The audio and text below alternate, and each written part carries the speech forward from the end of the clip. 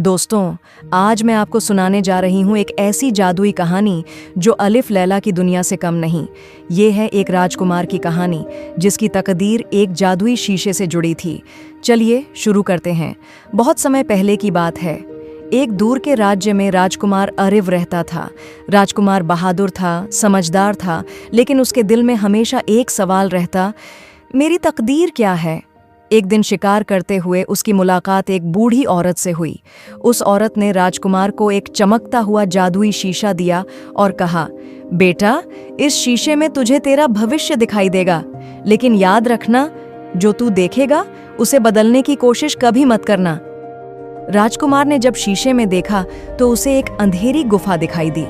उस गुफा में एक परी कैद थी जो चीख चीख कर मदद मांग रही थी।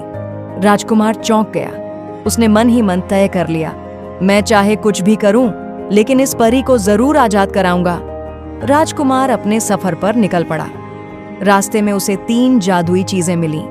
पहली, एक तलवार जो अंधेरों को काट सकती थी। दूसरी, एक पंख जो उसे आसमान में उड़ा सकता था।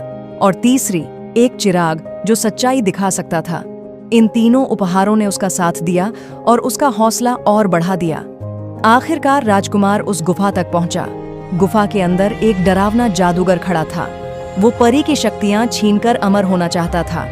जादूगर चिल्लाया, राजकुमार, अगर जिंदा रहना चाहता है तो यहाँ से चला जा, ये परी मेरी है। लेकिन राजकुमार ने तलवार निकाल ली और फिर शुरू हुई एक भयानक लड़ाई। तलवार बिजली की तरह चमकी, पंख ने राजकुमार को हवा में उड़ाया, चिराग ने जादूगर का असली चेहरा दिखाया, लेकिन फिर भी जादूगर बहुत शक्तिशाली था। राजकुमार थक गया, घुटनों के बल गिर पड़ा। ऐसा लगने लगा जैसे अब उसकी हार पक्की है। तभी उसे याद आया शीशे का राज। उसने देखा था कि जीत की कुंजी परी के आंसुओं में छुपी है। राजकुमार ने परी से कहा, हे सुंदरी, मुझे बस अपना एक आंसू दे दो, मैं तुम्हें आजाद करा दूंगा। परी की आंखों से एक चमकता आंसू गिरा। वो आंसू राजकुमार की तलवार पर गिरते ही तलवार में आग सी भड़क उठी। राजकुमार ने पूरी ताकत से वार किया। जादूगर की सारी शक्ति खत्म हो गई। गुफा हिलने लगी। जादूगर राख बनकर बिखर गया। परी अपने पिंजरे से आजाद हो गई। उसने मुस्कुराते हुए कहा, राजकुमार, तुमने न केवल मुझे बचाया है, बल्कि अपने राज्य को भी विनाश से बचा लिया है। जादुई शीशा अपने आप ही टूट गया, क्योंकि उसका उद्देश्य पूरा हो चुका था। राजकुमार जब वापस महल पहुंचा तो लोग खुशी से उसका स्वागत करने लगे। उस दिन से सबने उसे नाम दिया, अलौकिक राजकुमार।